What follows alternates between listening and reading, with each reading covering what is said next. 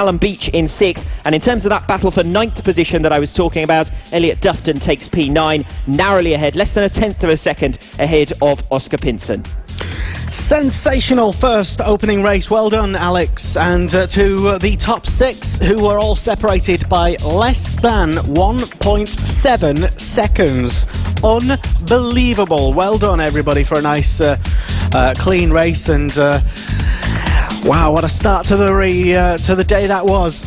Sensational opening Mini GP70 race. Up next, it's the Pit Bike Open second race of the weekend.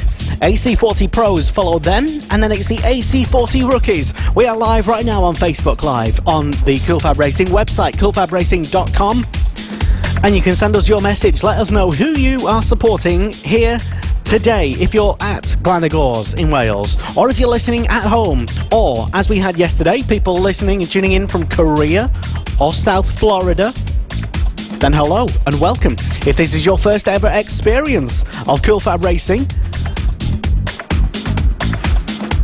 then this is pretty much what it's like. That first race, Alex, is pretty much what you get all the time. A big hello to everybody already tuned in on the live stream. Shirley Bird, Stephen Knight as well, saying good luck, guys, on the GP70. And well, that was quite a race, quite a stunning race, wasn't it? That was. But it wasn't one that was filmed. It's not one that we will be watching back, unfortunately, because that would have been one of the all-time classics, I think.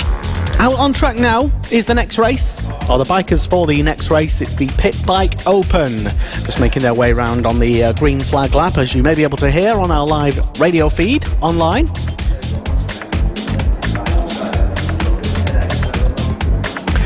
And there's been an issue already with one rider who's, let's say, had a moment. He's had a moment going down, and Alex Raby has the grid. Lining up then for race 2 in the Pit Bike Open category, and as far as the word that's reaching us from race control, this grid may have a slightly different complexion to it.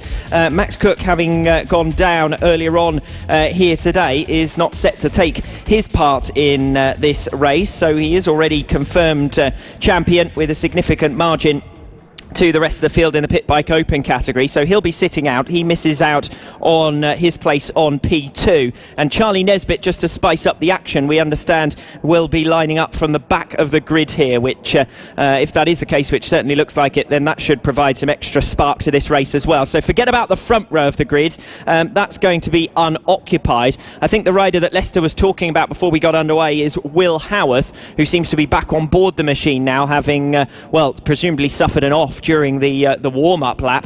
He's now making his way on towards the grid, so as long as everyone else can be patient and wait for him, we'll get underway. Will Howarth will effectively occupy pole position now. He starts from P3, having finished runner-up in this in race number 1 here yesterday. Gareth Roberts will line up alongside him. He currently is the front-running rider, lining up on P4. Brandon Payne and Josh Ingram, who finished 3rd and 4th positions respectively in race 1, occupy the 3rd row of the grid. Row 4, Callum Wybrow and Jamie King. King didn't have a particularly strong start to this weekend. Behind on row number 5, Ben Pascoe and Jack Qualters. Qualters, who worked his way through from P10 to P5 in race 1, currently sits 5th in the championship, and the grid completed by Craig Walker, Andrew Giles and Greg Pym. And of course, Charlie Nesbitt, who'll be working his way back effectively off the penalty line, if you like, from the very back row of the grid, already working his way through then. Will Howarth makes it up to the line in time, and we get underway with the action in race number 2 of the Pit Bike Open category. Will Howarth back up and running, but only in P5 in the early part of this race, and Charlie Nesbitt now comes around the outside of the spoon to claim 5th position. Will Howarth then dropping back in the early part of this race from 3rd on the grid, and one wonders whether he may be a little bit worse for wear, either man or machine, after problems on the installation lap. So Will Howarth dropping back from the top 5, who are breaking away. Charlie Nesbitt late down into Devil's Elbow to come through for P4. So from the back row of the grid to 4th by the end of lap number 1. This is a stunning start, but it's going to be Gareth Roberts who will lead at the end of lap 1. Nesbitt pursuing now for third place, backs out of a move late on down into turn 1. Josh Ingram occupies third position for the moment. It's Gareth Roberts who leads the way. Brandon Payne in P2, 4/10 of a second back. Josh Ingram in third. Charlie Nesbitt having come through for fourth position, now attacks around the outside, comes through for second place. Charlie Nesbitt then up into P2. Will it be the case that within the space of 2 laps he's come from last to first? Charlie Nesbitt has indeed worked his way through. Gareth Roberts then relegated to second place. Astonishing from Charlie Nesbitt, from last to first in 2 laps, and I suppose that gives you an indication as to why he was so keen to start from the back row of the grid, just to spice up the racing here, the second race in the pit bike open category. So it's Charlie Nesbitt who leads, second over the line there at the end of lap 2. It's Gareth Roberts as Nesbitt goes to the grass and then does a wheelie on the way down the Dragon Straight just to provide a little bit of showboating. Well, he's got to be careful that he doesn't get himself up into mischief while he pulls away out in front and end up costing himself the victory here. He is currently second in the championship standings. No way to catch Max Cook, with only, of course, 150 points up for grabs over 2 weekends, and Max Cook having already sealed the deal. He sits on 402 points compared to 225 for Charlie Nesbitt. Nesbitt it is who leads the way at the moment then. Gareth Roberts in second position, still Brandon Payne and Josh Ingram fighting within a second of him. Second to fourth position, closely fought after amongst those riders. Callum Wybrow a little bit isolated in fifth as we've got a faller off the final turn, and well, that shakes things up a little bit. I was just about to say it's all settled down, but it's Brandon Payne who's gone down off the final turn at the end of lap number 3. Back up to his feet now. We'll see if Payne can make his way back through the field, but he's been relegated all the way down to 8th position. Will Howarth then moving up to 5th. That's the closest fight at the moment between Will Howarth and Jack Walters over P5. Joined by Crispin up here in the commentary position. It's been a frantic start to the day's racing. I can't speak as quickly as you, so I'll let you do the action. But that was a nice soft landing, I think, on the grass, though, which meant he could jump on his bike straight away. That's the one good thing about it raining a lot in Wales, isn't it? We had a great start with the Mini GP70s as well. You were out there taking a couple of snaps for social media, I presume. The top 6 all running nose to tail for the entire race distance, swapping and changing and looking for an angle. That was extreme entertainment. Incredible race. We've had some fantastic races yesterday as well, so yeah, bodes well for some 2 great races today. But yeah, those guys were racing so well. That was my first Facebook Live, actually, I was doing out there.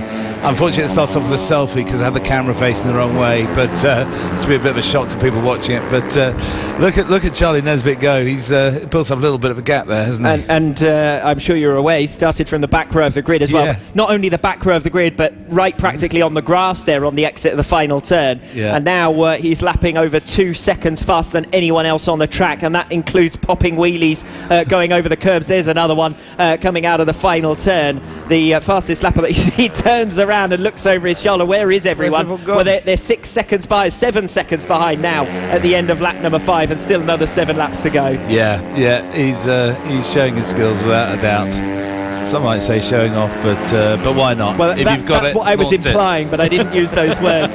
Will Howarth and Jack Walters is still the closest fight at the moment, going on for P5. It was for P6 those two were dicing, but it was Brandon Payne who came a cropper and has retaken to the tarmac, but he sits in 9th position. He hasn't really been able to show any of the pace that he showed in the early part of the race when he was running inside the top 5. So while Charlie Nesbitt disappears out in front, second and third positions looking isolated, but Will Howarth under some pressure from Jack Walters as they make their way through. Well, it's the penultimate round of the 2017 season, Crispin. It's a first time making our trip to North Wales, and well, it's been a successful weekend by all accounts. Yeah, fantastic. People absolutely love the track. The people here at GYG are really friendly and made us very welcome. You know, it's a great paddock, good atmosphere, and the racing's been amazing as well. So all good, no complaints whatsoever. Nice fast circuit as well. The ride is picking up real speed as they go up the hill to the far end of the track, so that's always great as well. Yeah, it's a long old hill actually, isn't it? So yeah, and then some real pace coming off the back. So yeah, really good, really good. Well, we're continuing on with race 2 in the pit bike open category with Charlie Nesbitt wheeling on basically all of the straights now. We've got to that stage of the race where things are pretty much settled in terms of top spot, although every time we seem to say that, something dramatic happens. We thought we were going to have a fight yesterday between Max Cook and Charlie Nesbitt, and it didn't pan out that way. But it's Nesbitt now who is isolated on his own, second in the championship, leading this race quite comfortably, should be on towards the checkered flag. Still Gareth Roberts as we pick up the leaders once again in second position, 8 seconds back. Josh Ingram in third, not really able to make any ground up there. And it's Will Howarth who is holding on valiantly to P5, a new personal best on that previous lap number 7. He's started to emerge away. Change of venue for the final round of the season, Crispin. We're off back to Rowra, another permanent kart venue, so something to finish the season off with in 2017. Yeah, it's a great track. People absolutely love it there. It's a shame we couldn't do Donington, but it was a safety issue. We couldn't get enough crash barriers to make it safe, so it was a no-brainer really to have to move it. Rowra very kindly let us have a slot last minute, and I think it'll lead to some very exciting racing right at the end. So yeah, it's all good. The great thing is we've kept the date in the calendar, so there's not needed to be a change in date or anything. It's just a different venue that we're making the trip to, and of course for a championship decider to go to a track that the riders have already been to this season, it is not a disadvantage either. No, the riders know it, and actually they love racing there, so it's the only thing is I think some of the parents, the distance is a bit of a, but you know, it is what it is, and Roger and the Keys family I think probably travelled the first of anyone else, and it was their decision to change it, so they haven't done it in their favour. 10th and 11th at the moment, having a battle. So Ben Pascoe occupying P10 and Jamie King directly behind. There was less than a tenth of a second separating them over the line as Ben Pascoe tries to desperately hold on to that position. He's been overhauled now. Jamie King then has come through for P10 ahead of Ben Pascoe. Battles right the way through the field. They're about to be joined now while they have their little squabble by Charlie Nesbitt, who's coming through to lap. So he'll be lapping within the top 10 now as he makes his way through, and that's despite wheeling and showboating as this race has gone on as well. Charlie Nesbitt leading them by over 10 seconds ahead of Gareth Roberts in second position. Josh Ingram sits in P3. Callum Wybrow in fourth place as Charlie Nesbitt on one wheel comes through to lap 11th position, so he continues to fire his way up through the field. Nesbitt leading the way, 11 seconds clear of Gareth Roberts. Josh Ingram in P3, Callum Wybrow in fourth. Will Howarth has been reeled back in somewhat by Jack Walters, half a second between the two of those. Walters made up 7/10 of a second on lap number 10, so with 2 laps remaining there's still a bit of a fight on for P5. 10th place though looks decided. King has now managed to break quite comfortably clear of Ben Pascoe. Those were 2 of the riders who were up there and fighting with one another right from the start of the season. Some real stars of the future. We see Charlie Nesbitt popping wheelies and enjoying himself out there, but that's as much a part of it as anything else. You know, we've Brad Ray, obviously the big success story of the last couple of weeks, so that's something to be proud of for the championship I as think well. it's absolutely fantastic that these you know, riders, these stars who are going off and blind their trade elsewhere still come back here, still race with us, and still inspire the kids in the paddock, you know, and obviously they still enjoy it, you know. I mean, look at Charlie, he's having a lot of fun out there, but yeah, it's great that they come back and they're always welcome. Gives something for the others to aim at as well. You know, when we see Brad Ray starting from the back of the grid, firing through, okay, you know, they know that they've got a lot of work to do, but that's the clear target as to what they're aiming for as well. Yeah, that's right, that's right. Checkered flag coming up then for Charlie Nesbitt on one wheel, which is customary, as we found out over the 12 laps of this race distance. It's been fairly comfortable start to finish for Charlie Nesbitt. So Nesbitt leads his way towards the checkered flag. Gareth Roberts now coming out of the final turn. He will take P2 ahead of Josh Ingram and Callum Wybrow, who've had pretty isolated races. Will Howarth versus Jack Walters. That battle for 5th position is ongoing. They come out of the final turn still in the same order they've been for the majority of the race. Will Howarth takes 5th, Jack Walters in 6th. That race for 10th and 11th positions was settled. Of course, they were a lap down by the end, so that battle has already been decided. King taking 10th and Pascoe relegated to 11th. The last 2 runners over the line, Craig Walker for 7th and Brandon Payne, who will take 8th position now ahead of Greg Pym, Jamie King and Ben Pascoe.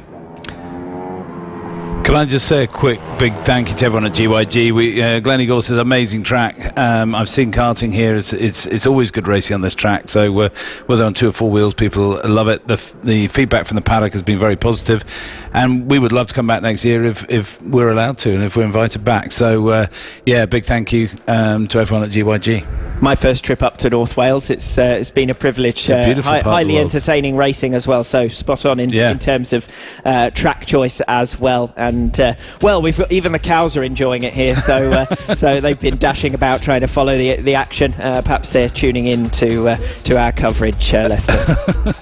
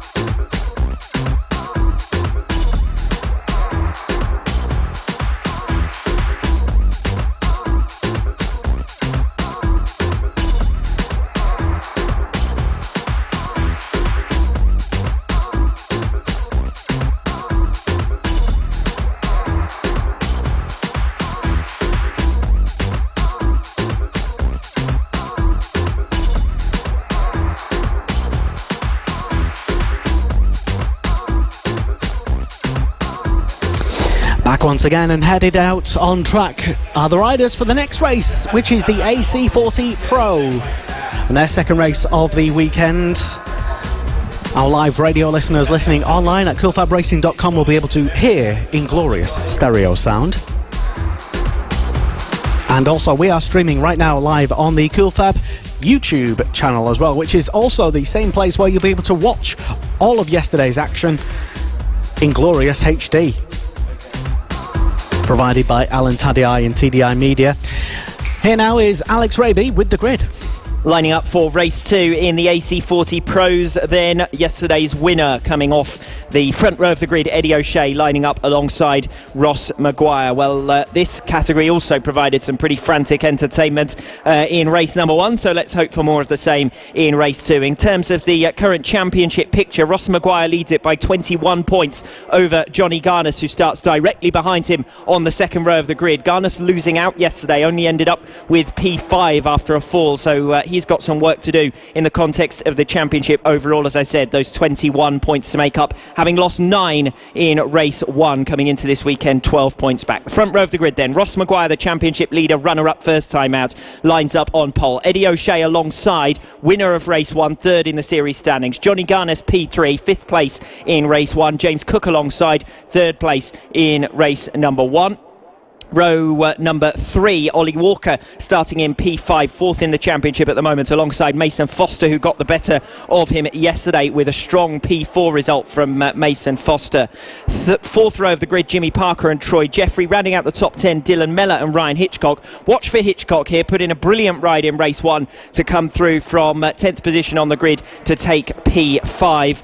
And we'll see if he can do similar as we prepare to get underway with race 2 now in the AC40 Duty Pros. Good start again from Eddie O'Shea. Not a good start at all from Ross Maguire, but he managed to do enough to sort of snake into the path of the others. He is going to lose at least one position up the Dragon Straight and towards the far end of the circuit. In fact, he's lost more than one position, because by my count he's dropped to P5. So what a disastrous start that is for the championship leader Ross Maguire, who drops down into 5th and possibly even further back down the field. So Johnny Garnes, by comparison, with a strong getaway up in P2, looking for a way to get the better of Eddie O'Shea, the early race leader, already looking to the outside line coming off the carousel. They're side by side and down the inside for a position change for the race lead. Johnny Garnes getting the better of Eddie O'Shea. So through he comes. O'Shea relegated down to P2. The top three have broken away slightly. 5th position trying to recover now. It's Ross Maguire trying to get back into P4. Cuts to the inside, coming off Paddock Bend, and briefly thought about making the move but couldn't quite get there. Now he's got the move done. No, he hasn't. Just as though it looked he had, Mason Foster got the power down and holds on for P4. So it's Johnny Garnes then ahead of Eddie O'Shea, breaking 0.4 of a second clear on lap number 1. Third with James Cook. Mason Foster with a good start to the race. Ross Maguire, the championship leader, who managed to increase his championship lead in race number 1, looks set to have that reversed in this one if Johnny Garnes can stay out in front. Maguire still down in P5, trying to find a way to get the better of Mason Foster. Looked to the inside coming off the carousel, but for the moment being held at bay, and the front three all the while are breaking clear. Still pretty forcefully, Ross Maguire is trying to come through. He tried to come around the outside into Devil's Elbow to see if he can now get a cutback. He's going to run all the way around the outside on the exit and around the final turn. Paddock Bend gets back to the inside, but again, not quite able to find his way through, and Mason Foster holds on. Further back, Ryan Hitchcock is making his way up through the field as he did in race 1. He's now up to P6 and closing in quite swiftly on Ross Maguire, just half a second at the moment in that fight. So while Mason Foster holds back Ross Maguire, Ryan Hitchcock is coming for him past Troy Jeffrey on lap number 2, and now trying to make further progress. In fact, there's a group of 3 riders now packed closely together on the circuit. 4th, 5th and 6th positions. 6th places with Ryan Hitchcock as they go side by side for 7th. Ollie Walker trying to get the better of Troy Jeffrey. May just have done it. They're still more or less side by side as they come up towards Devil's Elbow. Out in front, it's Johnny Garnes leading the way. He's broken a second clear now of Eddie O'Shea, who sits in P2. James Cook in 3rd place with a decent gap behind him to Mason Foster, who's clearly holding back Ross Maguire, but doing a great job in holding position. It's bringing Ryan Hitchcock into the frame as well. Look at the 3 of them running nose to tail back into turn number 1. Ross Maguire ahead of Ryan Hitchcock. Hitchcock's going for the move already, looking down the inside, up Dragon Straight and towards the right-hander at the far end of the circuit. He's got it. Down the inside goes Ryan Hitchcock, through from 10th to 5th, just as he did in race number 1. Can he make any further progress from there? Ryan Hitchcock.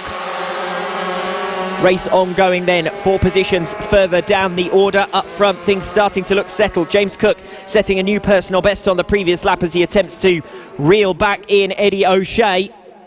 But it's O'Shea who holds the position for the moment at least. 2nd place then behind Johnny Garnes, the race leader. 3rd is with James Cook. 4th position, Mason Foster, ahead of Ross Maguire and Ryan Hitchcock. Those 3 still running nose to tail. Ross Maguire will be frustrated to have found himself at the back of that group, having been passed by Hitchcock earlier on in this lap. It's been a good effort from Hitchcock to get up to 5th place. Now he goes on the attack for 4th. Great line off the inside of Club Corner, trying to pull side by side with Mason Foster. Can't get there. Foster's got a real turn of speed going down that straight, and that is enabling him to hold on to position. In fact, Hitchcock now looks a bit vulnerable to Ross Maguire directly behind him. Those 3 riders separated by less than half of a second still, with 4 laps completed, half race distance, 4 laps still remaining.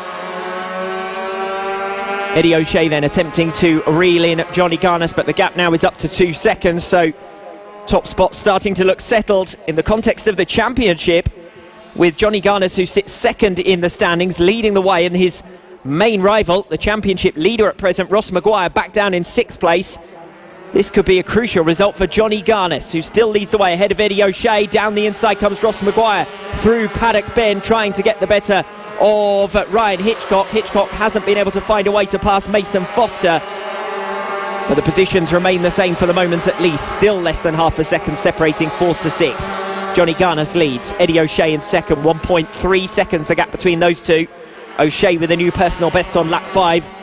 Gains a little bit of ground in. Maybe it's not too late for Eddie O'Shea to try and build up towards a 2nd race victory this weekend. O'Shea, who sits third in the championship standings coming into this race, 22 points back from Johnny Garnes, who leads the race. Garnes getting the better of him here will not do his challenge any good whatsoever. Garnes out in front, O'Shea in second, still Cook in third. Still the race for fourth position ongoing as Ryan Hitchcock tries to find a way past Mason Foster, and Ross Maguire is really strong on the twisty stuff, and that's where he brings himself back into contention. It's up the straights that he seems to be lacking a little bit of grunt there. Ross Maguire, as down the inside goes Hitchcock into turn one once again. Maguire tries to pass the pair of them. He's got a much better run off the turn, the three of them nose to tail at the far end of the circuit, but again Ross Maguire's lack of straight line speed hampers him, and he remains in sixth position. Hitchcock in P5. Mason Foster able to escape away on the straights each time around, but it's through Devil's Elbow towards the back end of the lap that Ross Maguire brings himself back into contention. If he can stay a little bit closer through some of the straights, he may just be able to find a way to nick a position, and once he gets in front he'll be tough to pass. Ross Maguire, he's certainly got plenty of pace, particularly on the more technical areas of this circuit. Again, bunching up through Devil's Elbow. We've seen this in the race for fourth position. Each lap around and down goes Mason Foster, and Foster drops down from fourth position. Ryan Hitchcock comes through. Ross Maguire is going to pass Hitchcock as well, so Ross Maguire's made up two positions in one lap, and that is going to see them on to the final lap now. Johnny Garnes leads the way, 2 seconds clear of Eddie O'Shea in second, James Cook in third. Ross Maguire's made up two places at the expense of Ryan Hitchcock down the inside into Paddock Bend after we've now got a red flag to stop the session. So we were on the final lap, and that race will surely be declared, subject of course to official confirmation. But it was Johnny Garnes who was leading by 2 seconds coming into the final lap, ahead of Eddie O'Shea in second, James Cook in third. And while we were focusing on that battle for fourth to sixth positions, it was all change with Ross Maguire coming through at the expense of Ryan Hitchcock for fourth.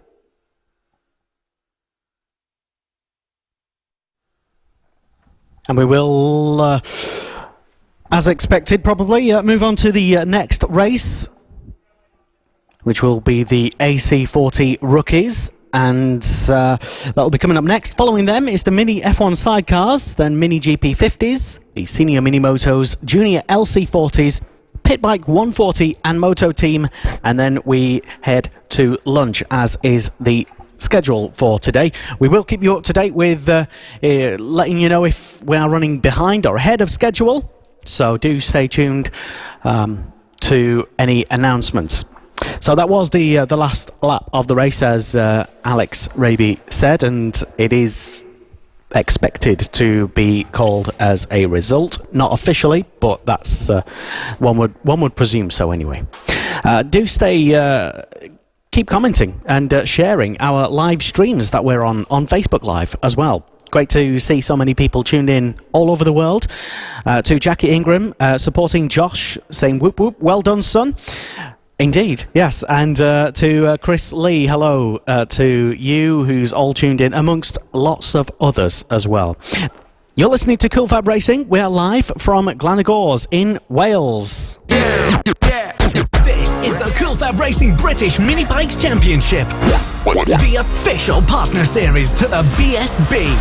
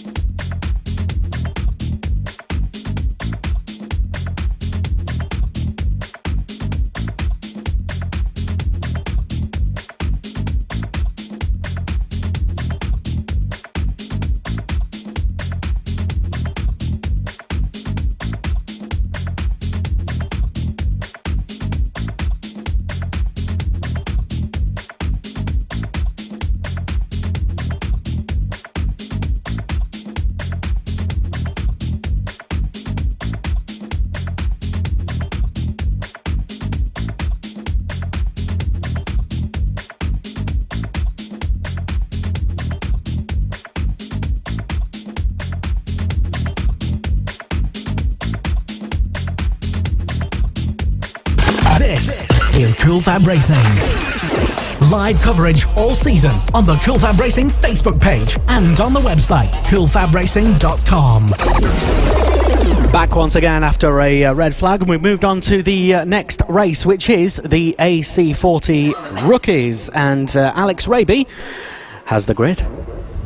Lining up for race 2 then in the AC40 Rookies category, Sullivan Mountsie, the race 1 winner, once again takes to pole position. Alongside him, Harrison Crosby, the current championship leader, could only manage 6th in race 1. So although most of the championship margin is intact, it stands at 56 points over Luca Hopkins, who finished 4th in race number 1. Crosby still has some work to do if he wants to seal the crown in 2017. The second row of the grid, Jamie Woodcock starting in 3rd on the grid, having finished 3rd in race 1 and sitting 3rd in the current championship standings. Alongside him is Kyle Payne on row 2, finished runner-up in race number 1, 4th in the series standings, just 14 points behind the championship podium, and the last step on that podium currently occupied by Jamie Woodcock. Row 3 on the grid, Luca Hopkins, who finished 4th in race 1, 2nd in the championship standings.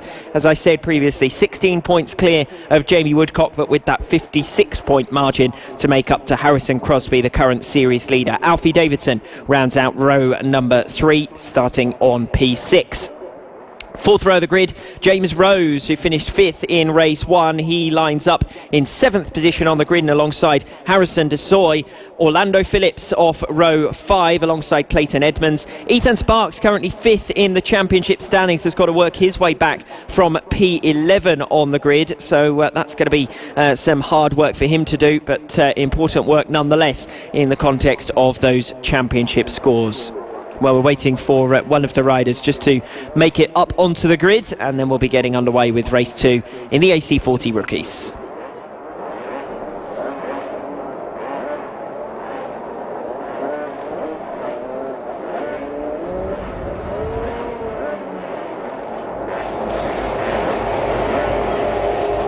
Looks as though that machine is back up and running, and so we will be back up and running with race 2 with the AC40 Rookies. Championship leader Harrison Crosby lining up off the front row after a mere 6th position finish in race 1. Can he improve on that in race number 2?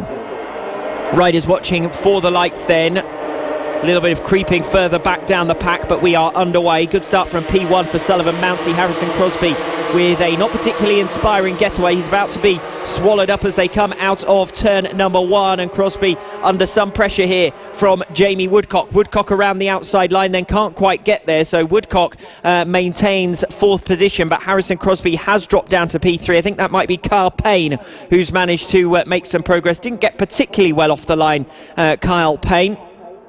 But it's Sullivan Mountsie who leads the way. Harrison Crosby, the championship leader, dropping down to 3rd. Jamie Woodcock directly behind in P4. Luca Hopkins at the moment in 6th place. Hopkins, the other crucial rider to watch out for in terms of the championship overall.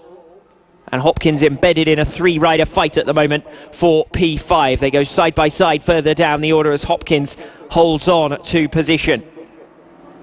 And still side by side, more or less, over that 6th place, which Hopkins occupies for the moment at least. It's Sullivan Mountsie who leads at the end of lap 1. Kyle Payne in 2nd, getting the better of Harrison Crosby coming out of the first turn for the first time. Jamie Woodcock, I thought, was also going to get there, but didn't quite manage it. He still sits in P4. Still the close fight for 5th. Alfie Davidson, Luca Hopkins and James Rose. Rose has overhauled Harrison Desoy on that opening lap. Orlando Phillips and Ethan Sparks rounding out the top 10. Kyle Payne looking for a way to get the better of Sullivan Mountsie, having been faster than him on that opening lap, coming through from further down the order. Well, coming through from the second row of the grid, from P4 up to 2nd on lap number 1, and now attacking for the race lead. Sullivan Mountsie, the race 1 winner, of course. Missed 2 of the rounds earlier on in the season, so a bit out of contact in terms of the championship overall. But looking good for a second race victory of the weekend as things stand. Ahead of Kyle Payne. Harrison Crosby dropping back from the top 2, but holding up on to 3rd position ahead of Jamie Woodcock for the moment. Luca Hopkins, having moved through at the expense of Alfie Davidson, now occupies 5th. blasting away from Davidson, who's still under pressure from James Rose. In fact, it's all change as they go up to the far end of the circuit. Who's that swept around Harrison Crosby? I think Jamie Woodcock's through for third position, and Luca Hopkins is also trying to find a way past. Crosby repays the compliment, comes back through for P3. Good ride from Harrison Crosby. He wasn't fazed by being overtaken there by Jamie Woodcock. He came straight back at him. So third, fourth and fifth positions is where the action is at. Alfie Davidson, having dropped back from P5, is now under severe pressure from James Rose, who may be about to find a way through. They're under yellow flags just before the Devil's Elbow, and that really negates a couple of opportunities to make an overtaking manoeuvre, but they're back up and running now at full pace. It's Mouncey who leads from Carl Payne in P2. Harrison Crosby getting the better of Jamie Woodcock after being overhauled by him earlier on in the lap. So we finish lap number 3 as we finish lap number 2 among the top 5. Mouncey, Payne, Crosby, Woodcock and Hopkins. James Rose did indeed get the better of Alfie Davidson when I said over that P6. Still fighting for P6 actually as Crosby moves to defend, but Woodcock again comes soaring around the outside line, and Jamie Woodcock comes through for third position at the expense of Harrison Crosby, who still sits in fourth position, and Luca Hopkins back in P5 hasn't been able to find a way to close in on that fight for third and fourth position since getting the better of James Rose and Alfie Davidson earlier in the race. Mouncey up front versus Payne. And it looks as though Kyle Payne has managed to find a way through into the race lead. So Kyle Payne coming through at the expense of Sullivan Mouncey. Third place is with Jamie Woodcock after that overtake on Harrison Crosby earlier in the race. And at the back of that group, it's Luca Hopkins. Second place dropping back slightly now. Sullivan Mouncey, a new fastest lap of the race from Jamie Woodcock after that pass on Harrison Crosby. Just to build a bit of a buffer, it's 0.3 of a second as it stands. Carl Payne now, Luca Hopkins rather, now on the attack, gets the better of Harrison Crosby up at the far end of the circuit, so that's for P4. Hopkins passing Crosby, so in successive laps Crosby has dropped down from third to fifth positions. It's Carl Payne, Sullivan Mouncey. Third is now where the fight is. Jamie Woodcock, having run really fast on lap number 4, is still under some pressure, but now as opposed to being in battle with Harrison Crosby, it's with Luca Hopkins, who's come through for fourth position. Payne, Mouncey, still that fight going on for third, fourth and fifth positions further back down the order. Although they in turn are sort of reeling in the two riders in front of them. Woodcock and Hopkins are the two riders with the pace, certainly on the evidence of what we saw on lap 4, and it looks to be the same on lap 5. Payne and Mouncey separated by 0.3 of a second. New personal best from Sullivan Mouncey, but it's a new fastest lap of the race from Luca Hopkins of 57.4, up in fourth position, getting the better of Harrison Crosby. Half a second now, the gap between each of the riders from second all the way down to P5. Harrison Crosby just dropping slightly back from them, struggles up the Dragon Straight and loses out on each occasion. They're starting to come through now on lap traffic, and that further shakes up the action. I think it's Luca Hopkins who's really missed out there as they came through to pass one of the lapped runners, and so that's going to free Jamie Woodcock up somewhat in third position, but enables Woodcock to continue his pursuit of the top two places, Carl Payne and Sullivan Mouncey. Payne is now nose to tail with Sullivan Mouncey over first and second positions. They were the top two in race number 1, but the other way around, with Sullivan Mouncey getting the better of Carl Payne first time out. This time around it's Payne who leads, but it might not be for much longer. Mouncey came off Paddock Bend with a huge surge of speed trying to find a way through. It's less than 0.2 of a second now between the top two. Meanwhile, further back down the order, Harrison Crosby trying to do something about gaining back some ground on Luca Hopkins, who is held back on lap number 6 by one of the lap runners. Hopkins still holding on for the moment to P4 up at the far end of the circuit, trying to reel in Jamie Woodcock as well. Woodcock, though, for the moment has a bit of a buffer. He's the only isolated rider among the top 5. He sits in third. The fight ongoing for the top 2 places. Carl Payne leading Sullivan Mouncey, and still that duel. Well, now it's a trio of riders with James Rose trying to join the action, but it's Luca Hopkins versus Harrison Crosby over fourth position. Adrift now of Jamie Woodcock, who sits in third. Woodcock gaining somewhat by the looks of it on this lap number 7, but he's never quite been able to get in touch with the top 2. It's still Carl Payne leading Sullivan Mouncey into the final lap, almost side by side into turn 1. Mouncey's going to go for the wide line, tries to build up his pace ahead of the Dragon Straight all the way up to the far end of the circuit. Can Sullivan Mouncey find a way through? He thinks about it down the inside, but can't, for the moment at least, get the better of Carl Payne, who holds on. Less than a tenth of a second between them at the end of lap number 7. And Sullivan Mounsey, I thought he was going to go for a bold move coming off paddock bend. He used the full width of the circuit and a little bit more to try and pull alongside Kyle Payne, but he then found himself offline going down into turn number 1, and Kyle Payne may just have settled the race down by that move into turn 1. Club corner holding the inside line well, Kyle Payne, and Mounsey hasn't been able to make up the lost ground since then. They've still got to go through Devil's Elbow and paddock bend for one final time, and this is where Mounsey has managed to gain in ground on each lap, particularly coming off the final turn. It's going to be a drag race down to the line. Nothing in it between the top two, but Kyle Payne surely has enough of a buffer. Mounsey faster off the final turn. Drag race down to the line, as I said, but Kyle Payne holds on by less than a tenth of a second. Kyle Payne wins it over Sullivan Mounsey in second. Jamie Woodcock gets third. Luca Hopkins and Harrison Crosby, their battle decided earlier on in the race, but Crosby couldn't make up the seconds deficit in the dying seconds of the AC40 Rookies race number 2. So it's Payne who wins it, a frantic finish, less than a tenth of a second ahead of Sullivan Mounsey. Jamie Woodcock gets third. Luca Hopkins and Harrison Crosby providing much of the action earlier in the race as well, finishing in 4th and 5th respectively. James Rose doing a good job to come through the field and to capture 6th place after a fairly unspectacular start, coming through to collect P6 and then closing at 1 point in the race, involved in that battle for 4th and 5th positions as well. Rounding out the top 10, Alfie Davidson, Orlando Phillips fractionally behind Davidson over the line, Harrison Desoy and Ronald Harris. Thank you very much, Alex Raby, and another fantastic race for the AC40 Rookies. Out on track next, it's the Mini F1 sidecars. Mini GP50s follow them, then it's the Senior Mini Motos, Junior LC40s, and before lunch, the final race before lunch is the Pitbike 140 and Moto Team race. All to look forward to here at round 7 of the 2017 Cool Fab Racing British Mini Bikes Championship.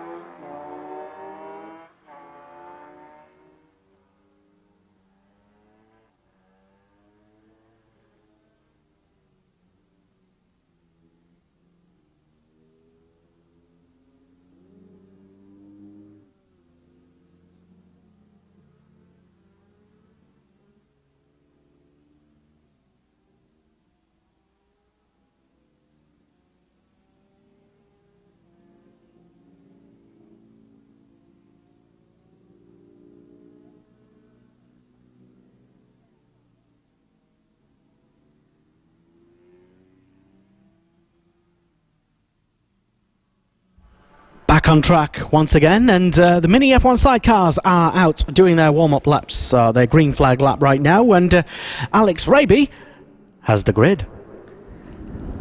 On track then for race 2 in the Mini F1 sidecars.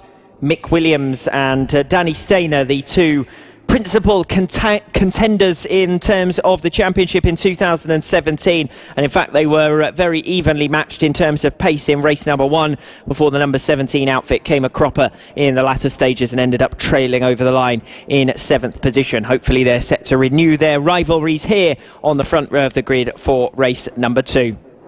In terms of the championship picture overall, Mick Williams is already confirmed as the winner in the series standings overall in the Mini F1 sidecars, but yet to be defeated, that number 26 outfit in 2017. So we'll see if anyone can get the better of them in the closing 2 rounds of the campaign. As I said, the number 17 outfit piloted by Danny Stainer alongside row 2. The number 25 ridden by Paul Coulters did a great job for second in race number 1, third in the series standings with 26 points to make up on Danny Stainer. Well, that's more than creeping as Simon Ibbotson just releases. Well, that is an extremely untidy start to the race. Simon Ibbotson attempted to jump start. I think they let the race go knowing that Ibbotson's passenger was basically off the machine and he was going to end up stranded at the back of the field. So not a good start at all for the number 46 outfit that took, well, I don't even think you can consider that a roller. That is a jump start, and ended up penalising himself. So the race is able to continue. But up front, it's the number 26 outfit, predictably, that leads ahead of the number 17, ridden by Danny Stainer. There's a close fight for second, a close fight as well for 4th position. And those two released by Simon Ibbotson's misfortunes off the line. He's now going to have to work hard to get back to the position that his pace rather merits as Mick Williams gets the outfit all sideways coming through Devil's Elbow. That's where he was under a great deal of pressure actually yesterday from the number 17 outfit ridden by Danny Stainer. Doesn't seem to be too much of a problem so far for Mick Williams though. He's well clear, 2 seconds clear in fact at the end of lap number 1. Still the fight going on over 4th position. I think that's Simon Ibbotson coming back through, and Adrian Ems being run wide around turn number 1. That's very, very wide. When sidecar outfits go side by side into that turn 1, there's never going to be enough space for them both to get round and stay on the circuit, particularly if one is determined to take the racing line at the expense of the other, and that's what we saw there further down the order for P4. Fight ongoing for 2nd place. The number 17 outfit ridden by Danny Stainer ahead of the number 25, but only narrowly because Paul Coulters has been piloting that outfit quite strongly on lap number 2 to gain in some ground in the fight for 2nd place. Behind that battle, there's a pretty large gap then before we get to the fight between Simon Ibbotson, the recovering Simon Ibbotson, who got it all wrong off the line, but has managed to find his way through extremely quickly indeed. We've got a spinner through Devil's Elbow, rejoining the circuit now at the back of the field. Can't quite pick out from here who that is as they continue to make their way through towards the completion of another lap, and that's Mick Lee coming through at the expense of Simon Ibbotson. So Ibbotson's gone backwards after working his way through up to 4th, passed by Adrian Ems, as I said, a lap ago down the inside into turn 1, and now passed by the number 144 outfit ridden by Mick Lee. Number 26 is away and gone. This is more like the imperious form that we saw at the start of the season. 5 seconds up after 2 completed laps, a 55.4, a new fastest lap of the race, and more than 2 seconds faster than anyone has gone all race so far. Still the duel for 2nd and 3rd positions ongoing, but I would suggest that that is more or less looking settled now. The number 17 having been passed by the 25 earlier in the lap. So lap number 3 sees the fight for P2 settle down. A new fastest lap of the race from the number 25 outfit ridden by Paul Coulters. That is very interesting stuff indeed. As on that previous lap they were over a second faster than Mick Williams out in front.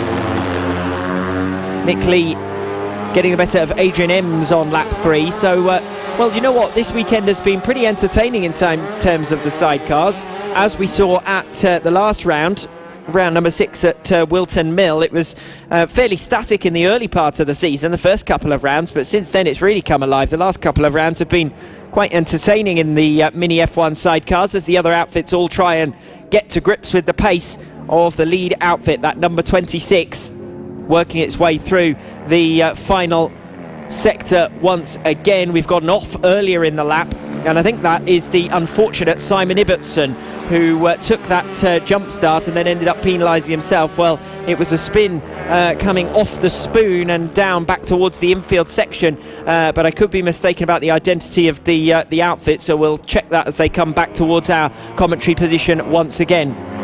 No change in terms of the top 5. It's still the 26 that leads, piloted by Mick Williams. Again, though, the number 25, ridden by Paul Quarters, gaining on that previous lap, sitting in P2, but picking up over a second. So now just under 2 seconds in arrears. I was indeed correct that that was the number 46 outfit, piloted by Simon Ibbotson, that got things somewhat wrong earlier in the lap, and again having to recover through the field. So if once wasn't enough, that's going to be twice now that Simon Ibbotson has had to steer his way through traffic on the circuit. Just watching the leaders coming into the final lap to see if the number 25 has gained any further ground on lap number 5. The answer is no.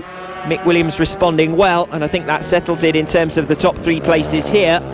4th, 5th and 6th also looking decided. How far back through the field can Simon Ibbotson get? Well, the answer is not very, on the evidence of what we're seeing at the moment. He had 11 seconds to make up to P8, and that was never likely to be an option as Mark Parker comes round to complete lap number 5. The leaders halfway through lap number 6 now, the last of the laps in race number 2 of the Mini F1 sidecars. Last lap board is out.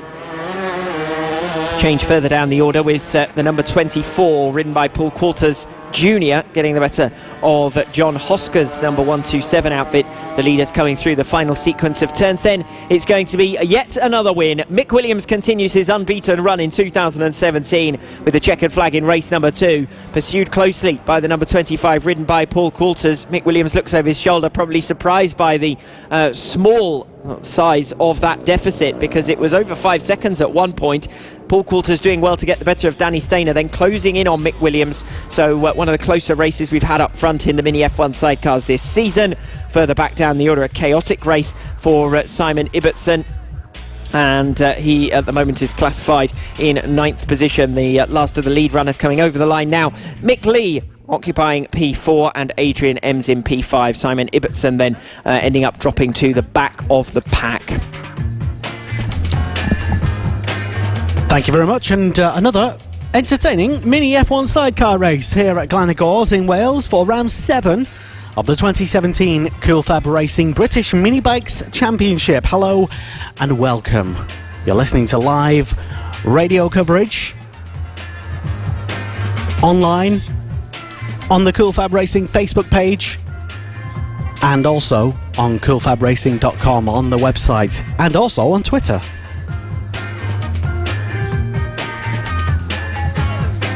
Been fantastic reading everybody's comments coming in on the live stream, so do keep them coming, and also share as well the live stream, and let everybody know who isn't here at a now blanketed in sun Glenagors, which is nice. And let's hope the temperature stays quite high, having previously been a moisture-packed Friday and Saturday, which was interesting. So next out on track, following the sidecars, it's the Mini GP50s out next, then the Senior Mini Motos, Junior LZ40s, and then Pit Bike 140 and Moto Team following that.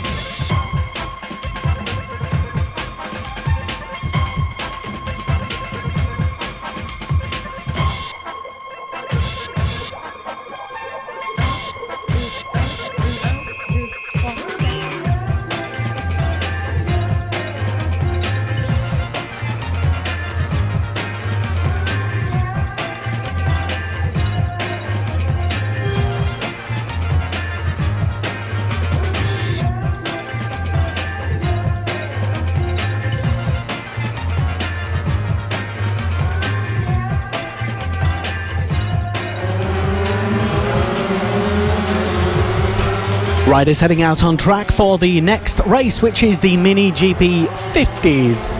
And according to my calculations, Alex Raby, we are running roughly 5 minutes ahead of schedule, I think. According to your calculations or according to mine that I just told you, Lester?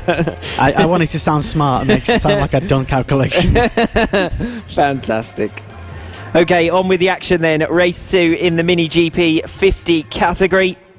Top 3 in race number 1, starting on the front 2 rows of the grid. Such was their qualifying pace. It's Casey O'Gorman, the championship leader, already confirmed as champion after race victory in race number 1. He will be lining up on pole position alongside Evan Belford, second in race 1, third in the championship standings, but with 24 points now, the gap to Corey Stainer. And Stainer looked a little off the pace in race number 1. He starts in 6th position here, directly behind Bailey Stewart Campbell, who finished third in race 1, fourth in the series standings on 274.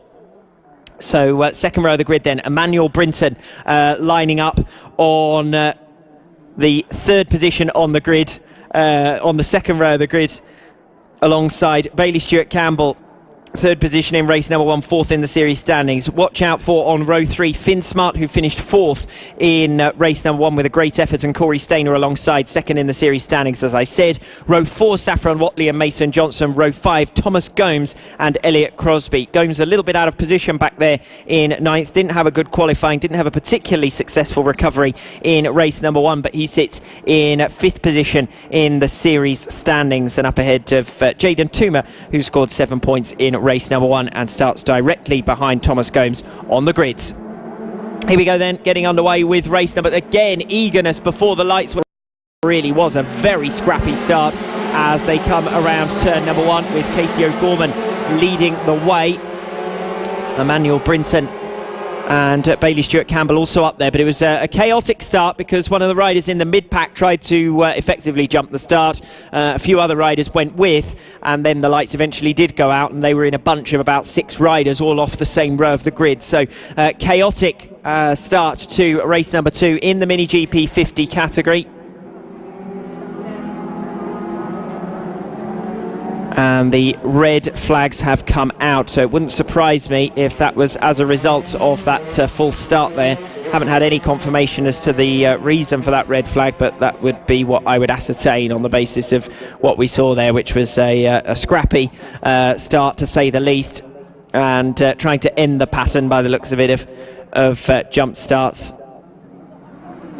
Yeah, we've just had official confirmation from race control that that's as a result of the jump starts that we've brought back that race. There have been a few races in this block of races where a few riders have had a go, and I think it's time to stop the rot, and that's why we're bringing things back. So good decision there to get us back for a restart with several riders having gained from that false start.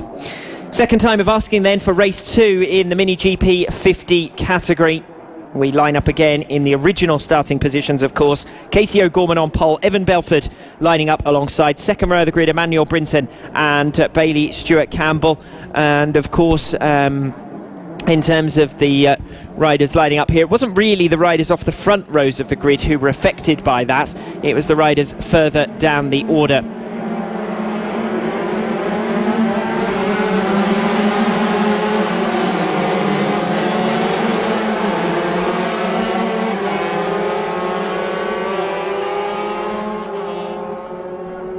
Riders heading up towards the far end of the circuit then, as we try to get underway for a second time with race 2 in the Mini GP 50s.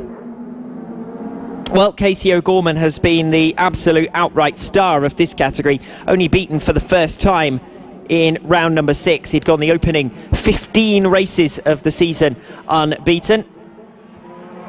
We are bringing the riders back round towards the starting grid and to get underway with this race number 2. Casey O'Gorman then the rider to watch. Starting on pole position, Evan Belford again alongside, second place in race number 1. Bailey Stewart Campbell starting directly behind him, having finished third in that opening race. So we've had a full start, we've had a sighter lap, and now we are set to get underway with race number 2 in the Mini GP 50s.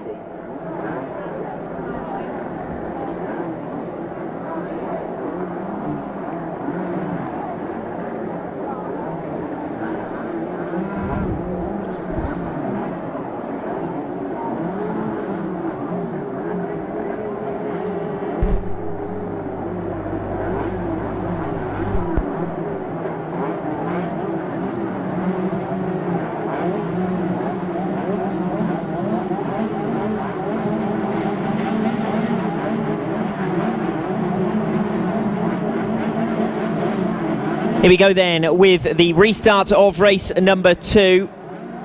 Riders watching for the lights.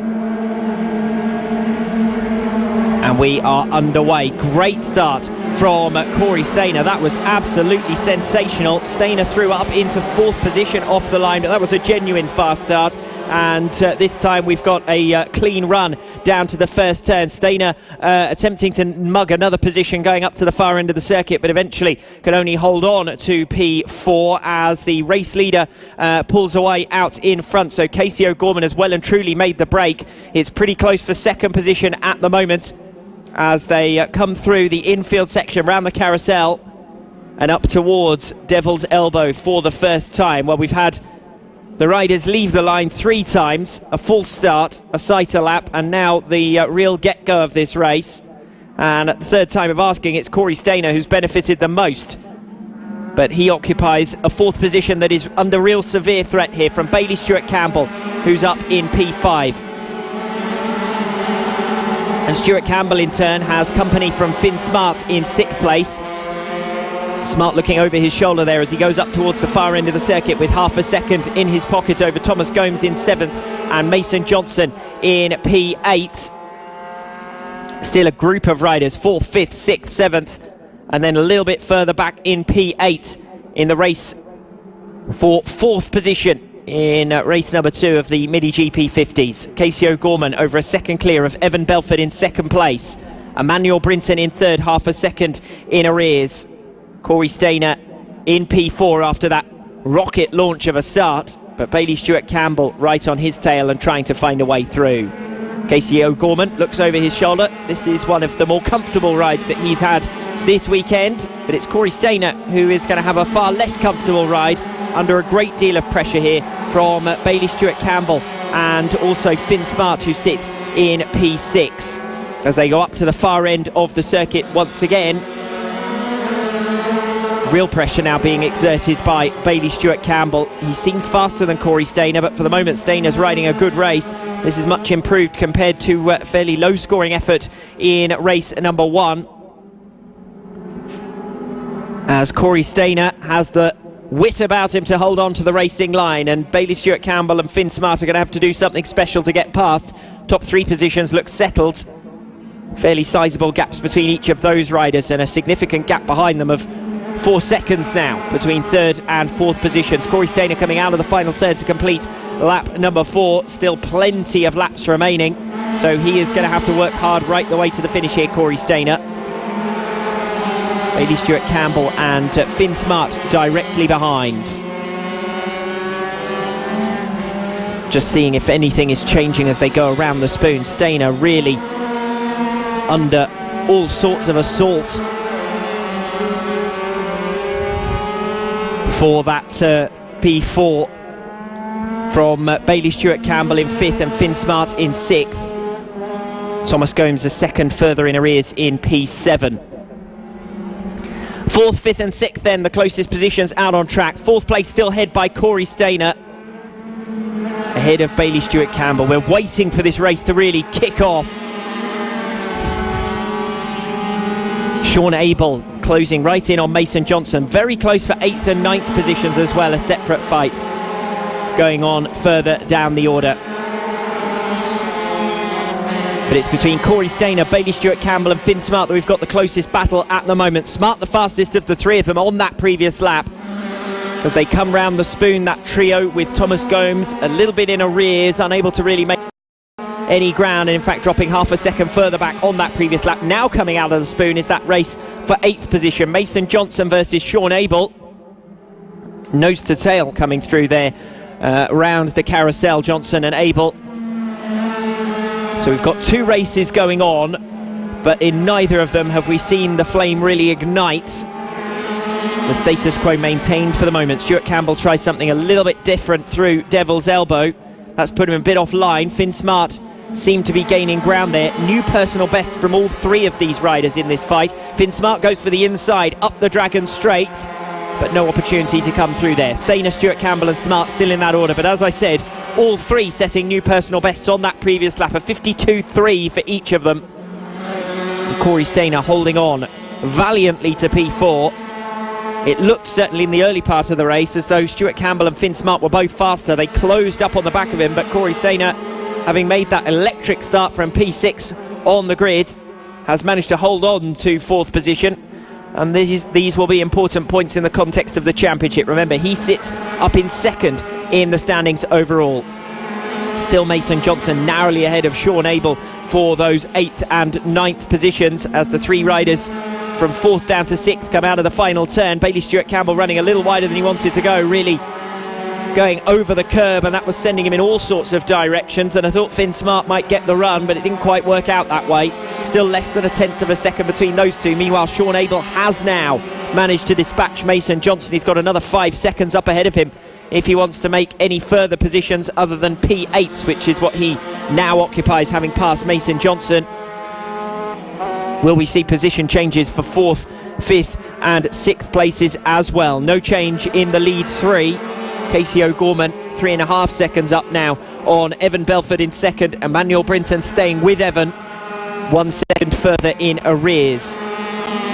But it's Corey Stainer, Bailey Stuart Campbell and Finn Smart, each waiting for an opportunity. Bailey Stuart Campbell looks to have pulled away a little bit this lap around from Finn Smart. Runs very wide out of that final turn. This time he ran so wide that he almost didn't pick up the bumps of the curb, but it sends him offline. And Finn Smart's best opportunity at the moment looks like capitalising on those errors coming off Paddock Bend from Bailey Stuart Campbell.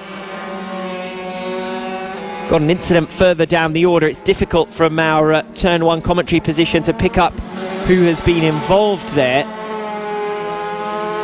None of the race leaders, that's for sure. One of the lower order runners by the looks of it now back up and running, thankfully, as Casey O'Gorman comes through towards the back of the pack, making lap traffic look fairly easy at this point. 3.7 seconds. Evan Belford 2nd, looks over his shoulder. 2 seconds now clear of Manuel Brinton. Those 3 places look settled barring errors. 4th, 5th and 6th, no change there. Just waiting for it to all really start to kick off. Every time that Corey Stainer puts a spurt on, the other 2 behind him do the same, so they've definitely got the underlying pace, but they can't find a way to get the better of Corey Stainer. New personal bests for Stainer, Stuart Campbell and Smart on that previous lap. They're now running at the same pace as Emmanuel Brinton up in 3rd, but 10 seconds back from Emmanuel Brinton, so no way to close in any ground there. Top 3 looking settled. 4th, 5th and 6th still in a pack together. Sean Abel has managed to drop the other 2 riders directly behind him quite swiftly since making it through up into 8th place. In fact, I think one of the riders involved in that scrap 8th to 10th positions was the one who came to grief just through Devil's Elbow earlier on in the race when I was talking about that. Finn Smart looking as though he may have problems there, because he has backed it off well and truly coming around the first turn. Not sure what that was all about, but coming down the home start-finish straight and around turn 1, Finn Smart just backing out of it totally. Bailey Stuart Campbell, meanwhile, has got the better of Corey Stainer. So Stuart Campbell coming through, still not much ahead of Corey Stainer, but up into P4. And Finn Smart, meanwhile, has lost out in all of that squabbling and was the slowest of the 3 on that previous lap.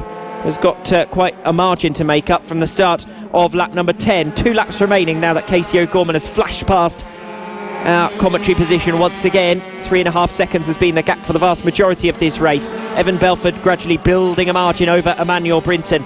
Through the final turn come Bailey Stuart Campbell and Corey Stainer. Stainer, to his credit, has stuck with Stuart Campbell since the pass was made. Can Stainer find a way to come back through?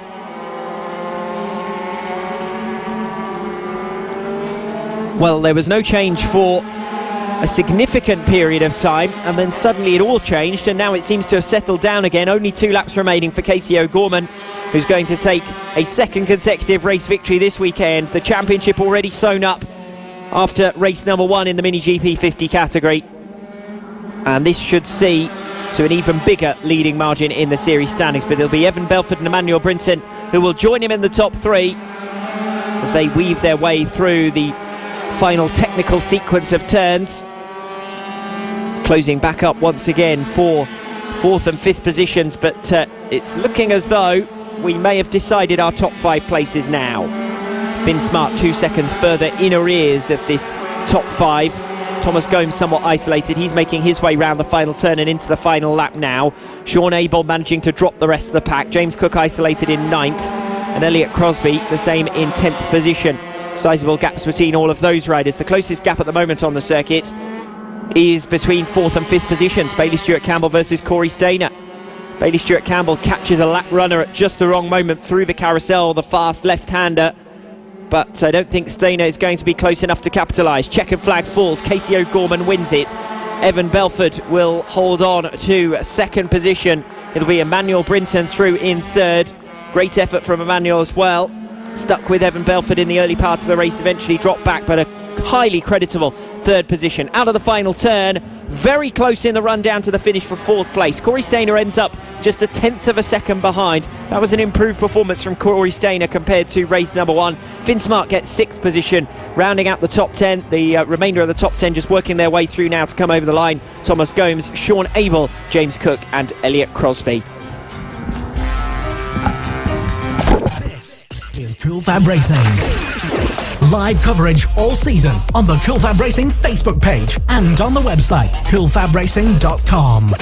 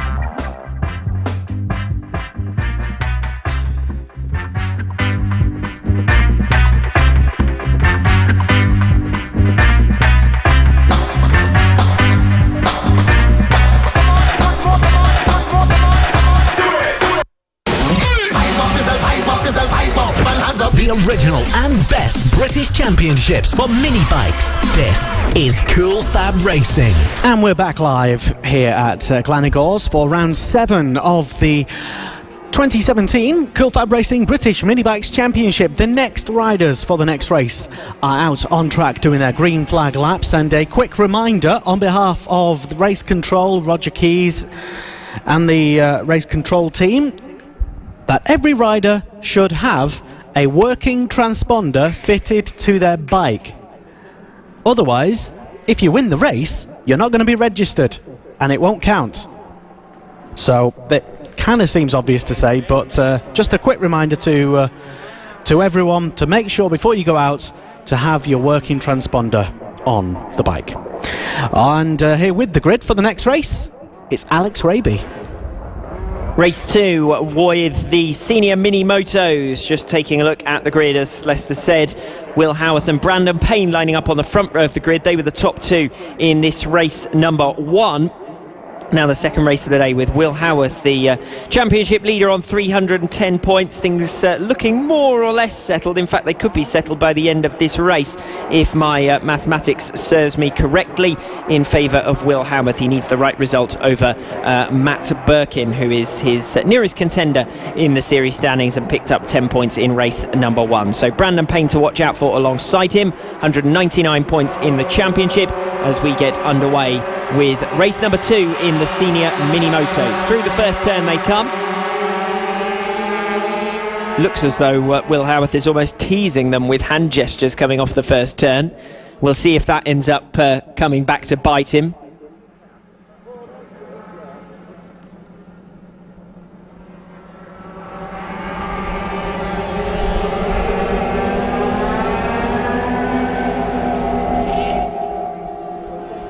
Coming through the infield section then. Will Howarth dropping back somewhat now from the race leader as they continue on through Devil's Elbow.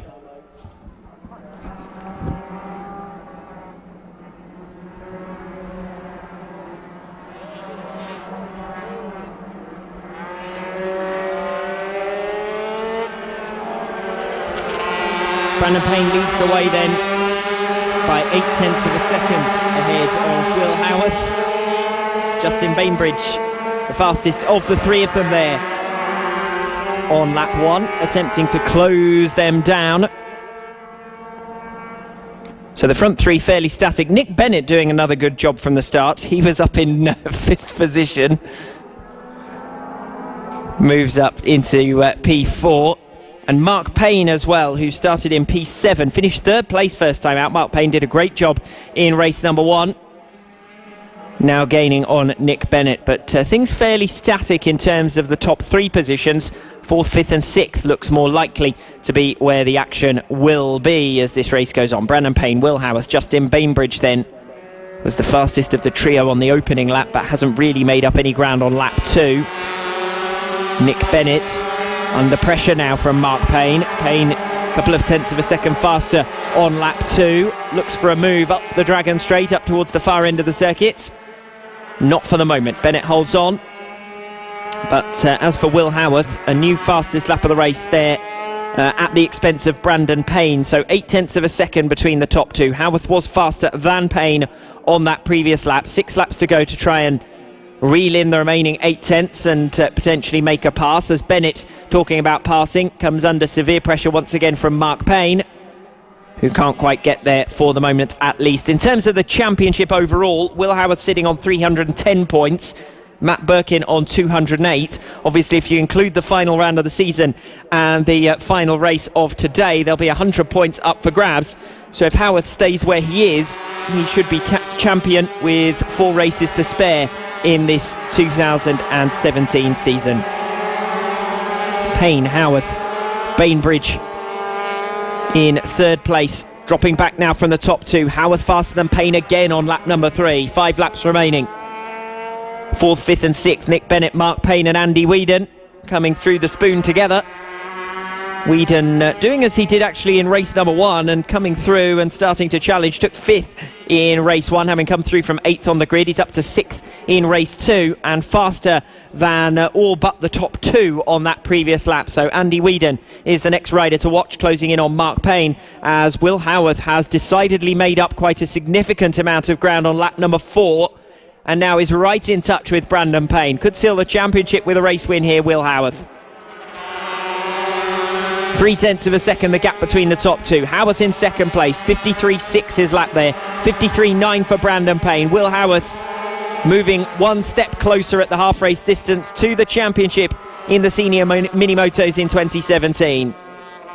Third place still with Justin Bainbridge, but it's an isolated third place. He's faster than the riders behind but slower than the riders ahead, as through now for 4th position, Mark Payne at the expense of Nick Bennett. Bennett repays the compliment down the inside into the carousel superbly. Nick Bennett recovers 4th position. We've got a faller further back. So that was Justin Bainbridge, wasn't it? I think Bainbridge has gone down from P3, remounts the machine, and that's going to move that overtaking manoeuvre from Nick Bennett there into a provisional podium. Bennett in trouble though, because Mark Payne is coming back at him as the race leaders duel. It's all going on the same lap here. Will Howarth has closed down Brandon Payne to less than 1/10 of a second. Confirmation that Nick Bennett is promoted to 3rd place, but it might not be for very long. Mark Payne comes through down the inside up the Dragon Straight. Bennett then sweeps back across to hold on to P3. So it's Payne, Howarth, Bennett. Let's see whether Justin Bainbridge can make up any positions from down in the lower reaches of the top 10. In fact, 10th position, I think, itself, as he comes over the start-finish line to complete his 5th lap. Well, that was a 1:22 on that previous lap, obviously, as a result of the fall coming off the carousel. Howarth has managed to find his way past Brandon Payne, so is on his way towards the championship in the senior mini-motos. 3rd, 4th and 5th still packed closely together. Payne runs wide. He's under pressure from Andy Whedon. Matt Birkin now closing on the pair of them, seeing his hopes of taking the championship drifting away with Will Howarth leading the race. 2 laps remaining. 4 riders now in a pack fighting over 3rd place. This is going to get very interesting in the latter stages of the race. Isolated from them down in 7th position, Josh Darter, ahead of Ryan Grant, Paul Nichols and Justin Bainbridge. Now there is Bainbridge coming around the final turn to start lap number 7. And well, he's back up and running, but he's not on the pace he was showing earlier on in the race. Howarth with another new fastest lap of the race on lap number 6. As the riders further down the order, if they weren't in a group of 4 earlier, they really are now. Matt Birkin, I thought, was going to make a move on Andy Whedon there through Devil's Elbow. He didn't quite manage to do so, and Whedon is now responding by attacking Nick Bennett, and Mark Payne is being given a little bit of relief by these 3 fighting against one another over 4th. Into the final lap now, with Mark Payne starting to blast away. Nick Bennett still in 4th position. Bennett gaining a little bit as they come into the spoon. There's still nothing to choose between those 4, and Bennett tries to go around the outside as they then come onto the infield section. It's side by side. This is where Bennett made his move for 3rd position earlier in the race before Mark Payne responded. He couldn't quite do the same again this time. He was stuck on the outside line and Payne commanded the turn well. It's Mark Payne then in 3rd, Nick Bennett in 4th, Andy Whedon ahead of Matt Birkin, but the checkered flag falls, and with that race win, Will Howarth should sew up the championship in the senior mini-motos for 2017. Howarth takes the checkered flag, 4 seconds clear of Brandon Payne, 4 riders over the line, more or less together. There may have even been a position change in the drag race down to the line, not quite.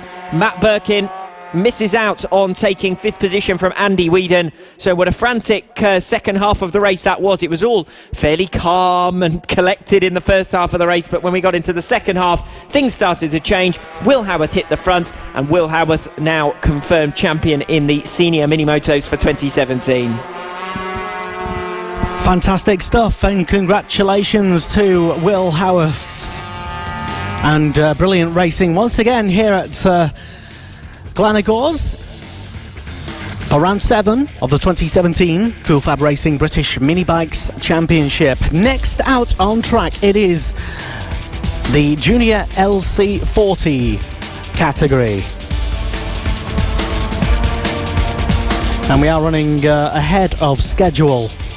If you are keeping track of what was the published schedule, we are running approximately 15 minutes ahead of schedule so far. So Junior LC40s are out on track next.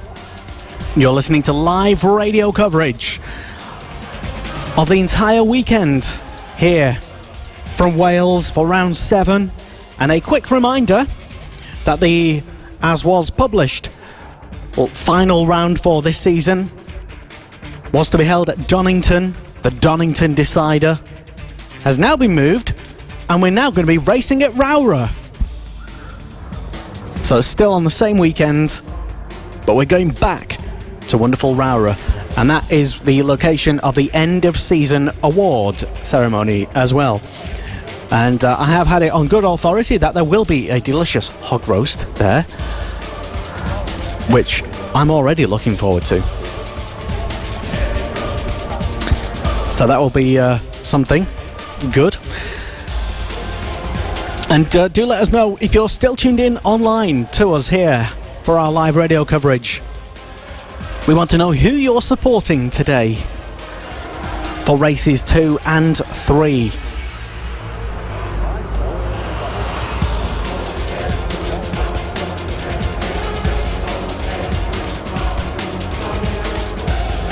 Hello to the GYG Speedfit Kawasaki team as well, who are tuned in and listening online.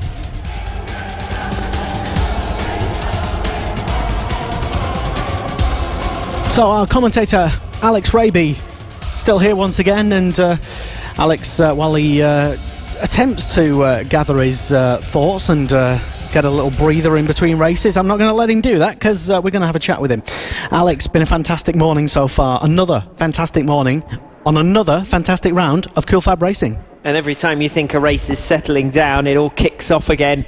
And the second half of that last one was pretty entertaining. The great thing about these closing rounds of the season is seeing the champions decided in each of the categories. And of course, some of the classes will be going down to the final round, but already this weekend we've sewn up probably about half of them, I would suggest, without doing an official count, as you know, the accumulation of points through the season is such that a couple of the riders have managed to seal victories in their respective classes.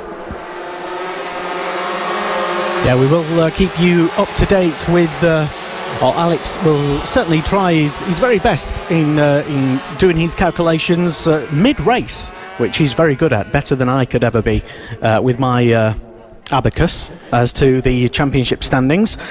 And on to the next race, which is now on their green flag lap for the Junior LC40s.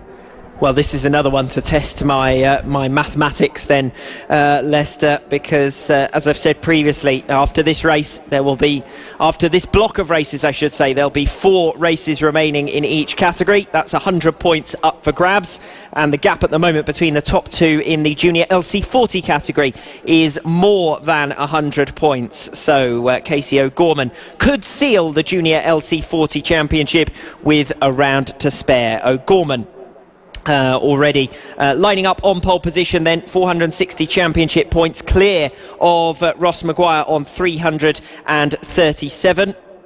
So, yeah, as I said, 125 points up for grabs, and O'Gorman just needs a couple of points from this race just to be absolutely certain of series success. But I would suggest that's quite a likelihood, and his fight here will be over the race victory itself. His closest rivals for that race victory, Ross Maguire, who lines up alongside him, 337 championship points, second in the series standings, and 110 points clear of Evan Belford, who finished second in race number 1 and sits third in the series overall. Johnny Garness alongside him, 4th place in race number 1. Row 3, Taylor Lawrence and Ollie Walker.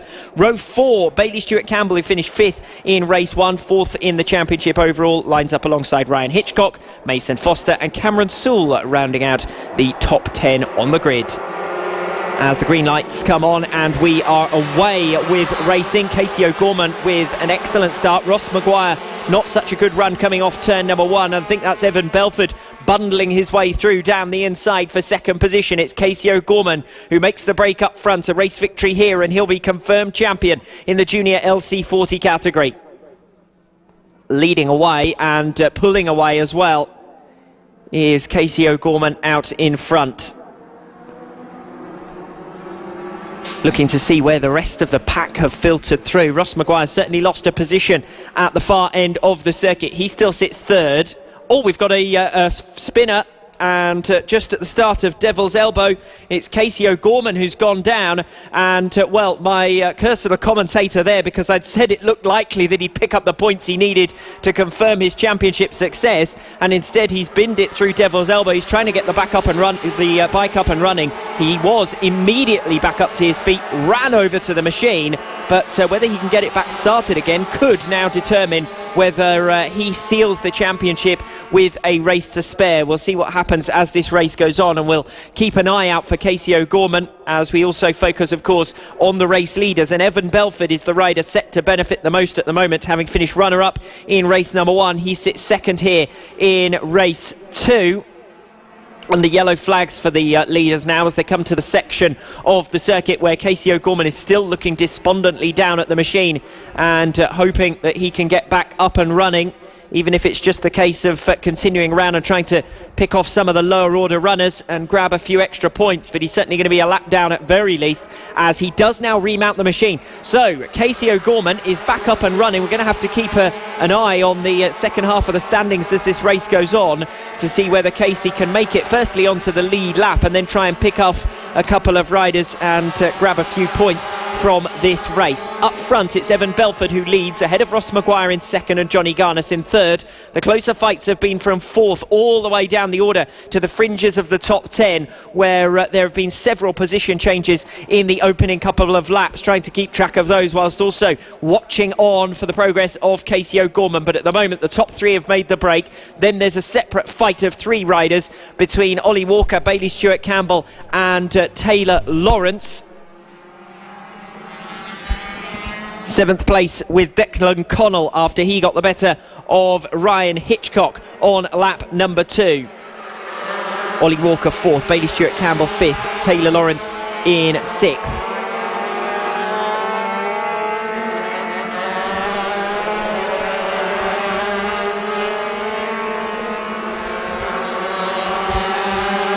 Watching to see as well where Casey O'Gorman is in respect to the others on the circuit. Still a lap down, still at the back of the pack in 18th position. Let's just see in terms of lap performance. Last lap around a 53-second lap, so he's 4 seconds a lap faster than the riders directly ahead of him on the track, but he's got to unlap himself, of course, before he can even think about trying to make up positions.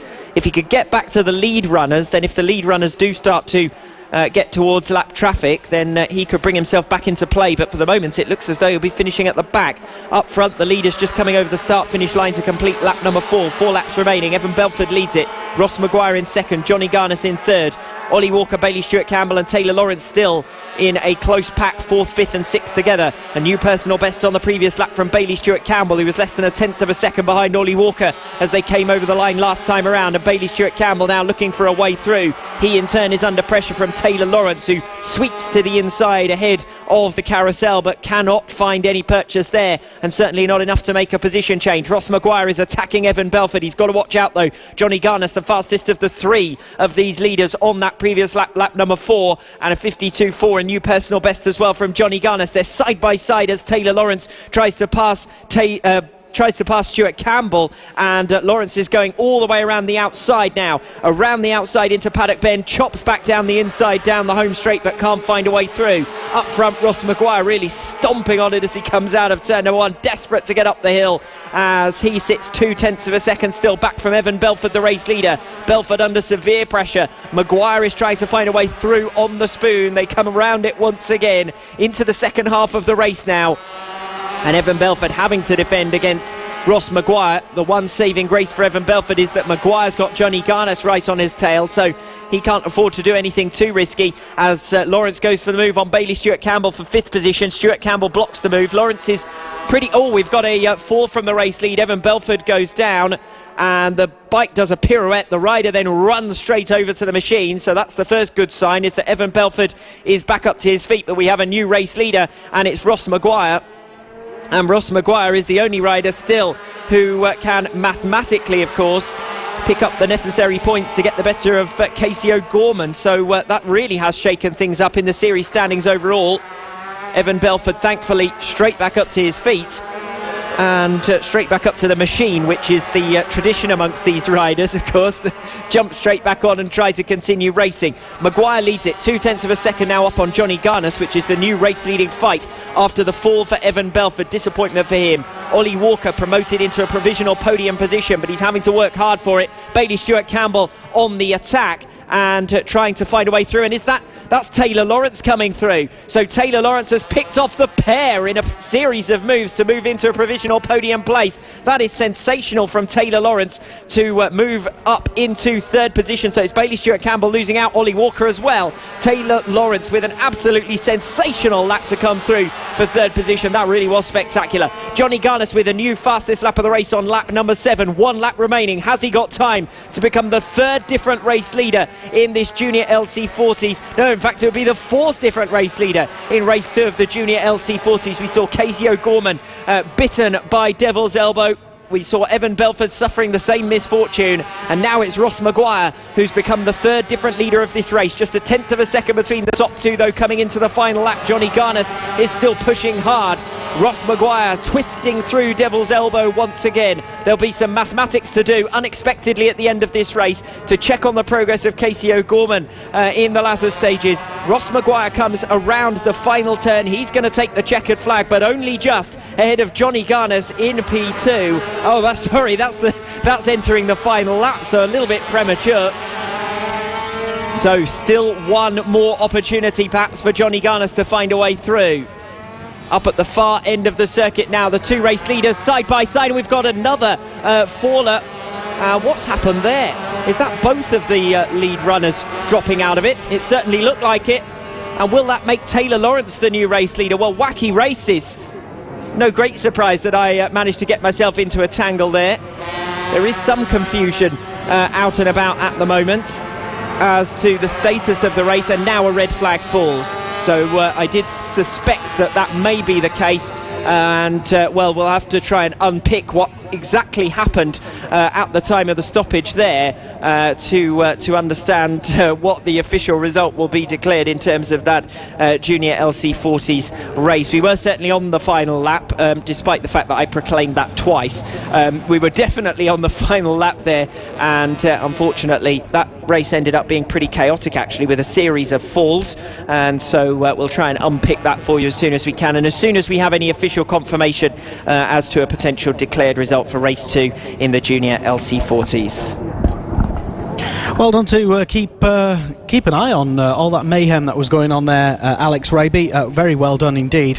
And a paddock announcement coming down from race control. So if you haven't heard yet, attention paddock, the Mini GP70 race will be before lunch and not after, because we're running ahead of schedule. The next race out on track will be the Pit Bike 140 and Moto team, and then the Mini GP70, and then we go to lunch. That is the latest we have from race control.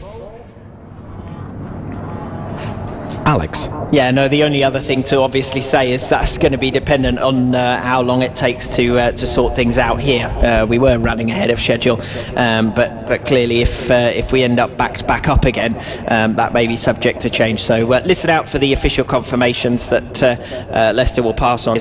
We have them from race control, but for the moment, any time that an ambulance is out on the circuit, obviously that offers a potential delay to proceeding. So although we're ahead at the moment, that may still change. So listen out for further announcements on that front. If you're tuned in live online to one of our many streams, you may want to show your support and share the streams as well. I've been vociferously sharing, a bit too much I think, on Facebook, as anybody tuned into various mini bike groups and MotoGP groups and BSB groups might have seen me sharing various things, and it would be fantastic for the parents and anyone tuned in still live online to help raise the profile, let's say, and show their support quite literally, and raise awareness that this racing is some of the best in all of mini bike racing all over the world, because we do have an international audience listening and tuning in from South Florida, as we had yesterday, Korea as well, people tuning in and getting involved with us, and it's fantastic to know that everybody is tuned in all over the world to listen to and watch the stars of tomorrow and future BSB podium winners and current BSB podium winners as well. Brad Ray here this weekend racing. He's waiting to go out on track for the next race, which is coming up very shortly. We're now the official partner series to the BSB. This is Cool Fab Racing. This is a place where LA lives with jungle fever.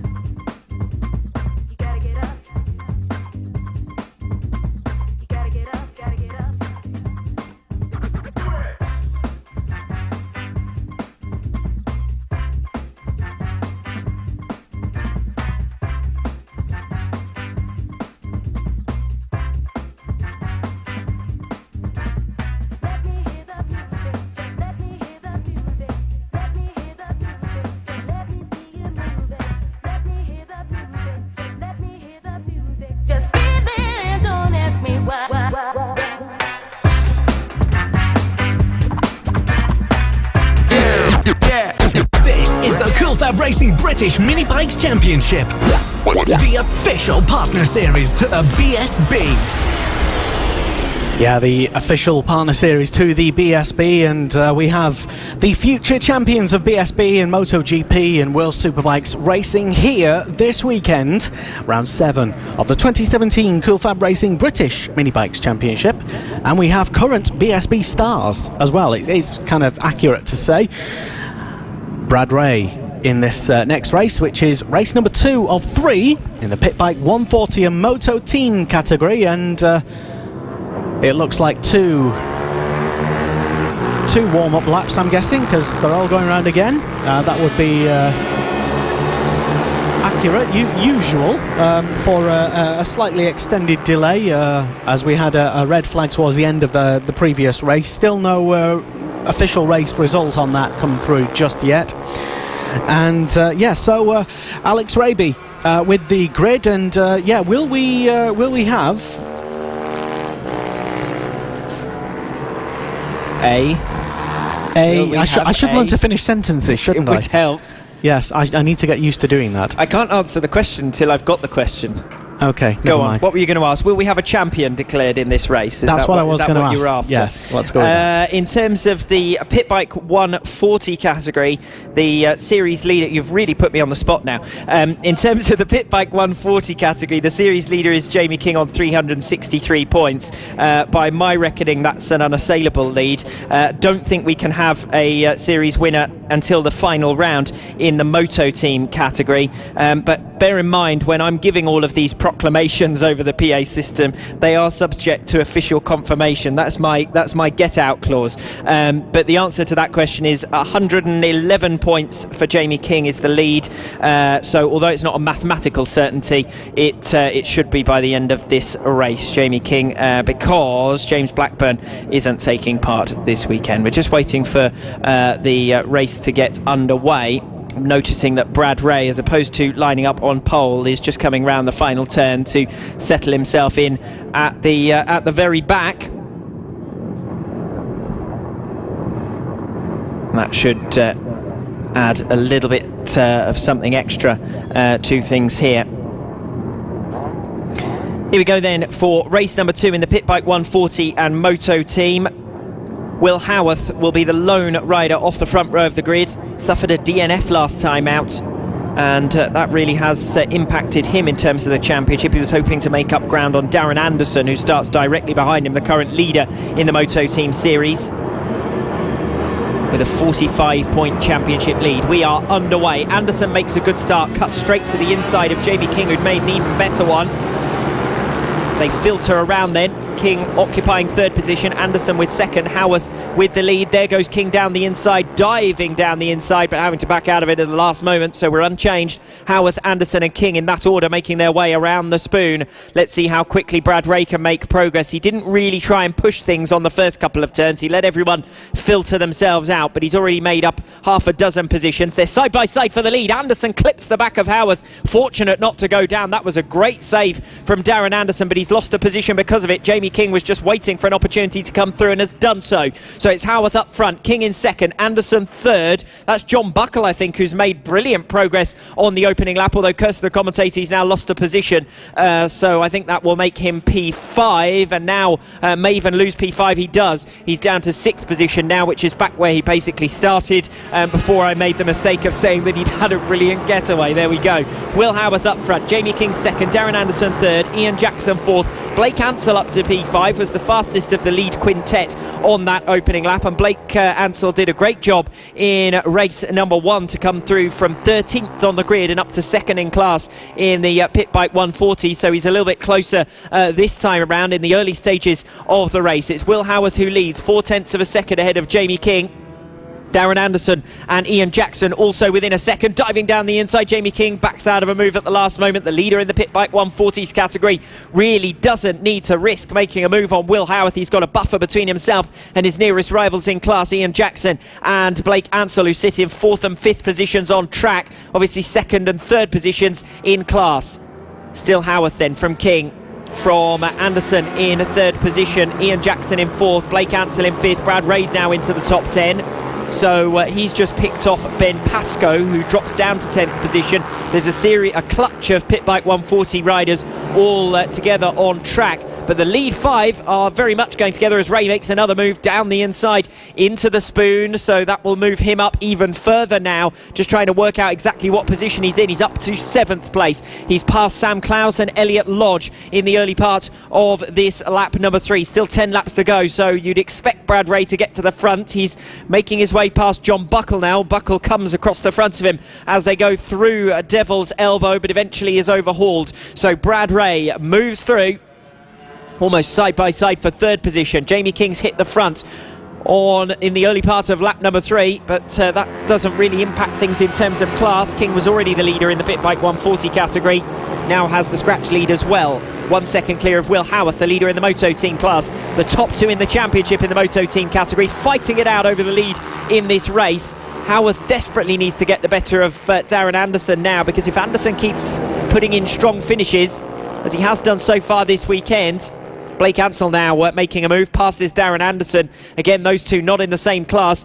Brad Ray's come past as well. It's all getting a little bit chaotic now from 2nd down to 6th positions. Brad Ray coming through for P4 and may even have an opportunity to take P3 here. Blake Ansell has made up a position as well. Anderson's gone backwards. Anderson's lost 2 places. Ray has now passed Blake Ansell as well and is going after Will Howarth, and it won't be very long before Brad Ray gets to the race leader.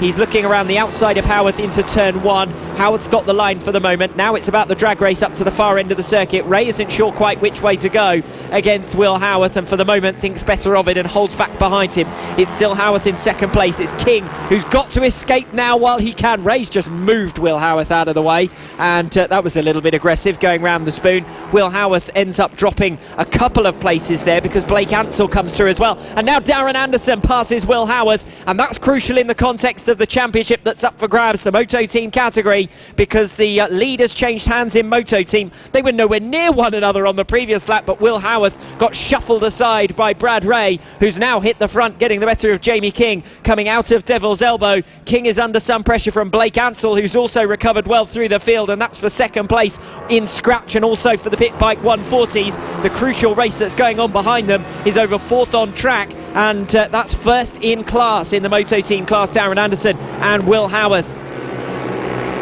Further back down the order, the 3rd place runner in the Moto Team category is outside of the top 10 at the moment.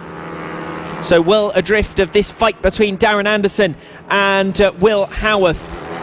It's Fraser Kinnaird back up and running after DNF in race number 1. It's Kinnaird who sits 3rd in the Moto Team class. He's got a 4-second lead over Keith Bolton, who sits in 4th in category. So it's Brad Ray who leads the way. He's running 2 seconds a lap faster than anyone else, and should now be able to go on and take this checkered flag. Jamie King, though, is under severe pressure for 2nd in class, with Blake Ansell 0.2 of a second behind. Gets a really nice run through turn number 1, as does Will Howarth further back. Howarth is trying to chase down Darren Anderson. Remember that Anderson is the leader in the Moto Team Championship on 324 points. Will Howarth on 279 after a DNF yesterday in race number 1. Howarth can ill afford to be beaten by Darren Anderson, but that's the problem with 2 classes on the track at the same time. Howarth was moved out of the way by the Pit Bike 140 riders coming thrusting their way past, and ended up dropping from 1st to 5th in a matter of a few turns. And Darren Anderson, his main contender in the Moto Team category, is the rider who managed to come through. So Anderson still directly ahead of Will Howarth. Ian Jackson, who is 4th in the Pit Bike 140s, is behind those two and daren't try and make a pass because he's going to affect their battle. Although now that I've said that, he moves Will Howarth right out of the way. So Ian Jackson through for 5th in scratch, which is not a change of position in terms of his class ranking. He's still 4th in class, but it does enable him to move 1 step closer to chasing down Jamie King and Blake Ansell, who are 2nd and 3rd at the moment on track and in the Pit Bike 140 category. Ray, King and Ansell, the top 3 in the race, are also the top 3 in the Pit Bike 140s. Will Howarth has been well and truly left now by Darren Anderson. He needs to hope that Ian Jackson, as he continues to move through the field, will make some room, but Howarth is not having a success of this one at the moment. Brad Ray is on a Sunday afternoon ride now. This is looking too easy for him. Jamie King's Blake Ansell over 2nd position. coming out of the final turn with 4 laps remaining, thinking about a move down the inside. Blake Ansell, but can't quite get there. Will Howarth has managed to get right back on the tail of Darren Anderson now that Ian Jackson has got the better of Anderson, and with lapped runners also getting in the mix now, that's opened up an opportunity to Will Howarth. He's 0.3 of a second back from Darren Anderson for 5th on track, but that's the lead of the Moto Team class. And remember that the Moto Team category is the one that's still up for grabs in 2017, with Jamie King sitting here in 2nd position, will be confirmed as the champion unofficially by the Alex Raby Abacus, as Lester put it earlier on, as the champion in the Pit Bike 140 category with a round to spare. The Moto Team class, though, looks likely to go right down to the final round. Will Howarth still tucked in behind Darren Anderson, looking for a way through for the class lead, 5th position on track. Jamie King, meanwhile, has been holding off Blake Ansell for some time now. 5 seconds behind Brad Ray this battle. Side by side for 2nd position on track. Jamie King looks to have been overhauled there by Blake Ansell. I think Ansell found a way through up the Dragon Straight, so yes, as they come back towards us, Jamie King is relegated to 3rd. Blake Ansell has been trying all race. It's taken him 9 laps, but he's come through from 13th on the grid to sit 2nd, which is the finishing position he managed in race number 1 in the Pit Bike 140s as well. Brad Ray scything his way through the lapped runners. He's eased off the pace somewhat over the last couple of laps while he's making his way through lap traffic. And to be fair, Jamie King and Blake Ansell have picked up the pace as well in recent laps. They didn't go off quite as strongly as Brad Ray early on. Ray looking down at his machine now as they go up towards the far end of the circuit. And Will Howarth has got the better of Darren Anderson. Howarth is the new leader in the Moto Team class. So the leader of the Moto Team category, Will Howarth, and Darren Anderson in the top 2 positions in class. And it is still Fraser Kinnaird who sits 3rd in the Moto Team category. He's 12th in scratch, with Keith Bolton still a little bit back from him. 2 laps remaining. Brad Ray, Blake Ansell. Ray significantly slower on that previous lap, 3 seconds slower in fact. Blake Ansell with a new personal best, not far away from the fastest lap of the race set by Brad Ray. Final lap now for Ray. Is that machine going to hold out? Because he looked at it disconsolately on lap number 11. He's looking down at it again, looks over his shoulder, should have enough in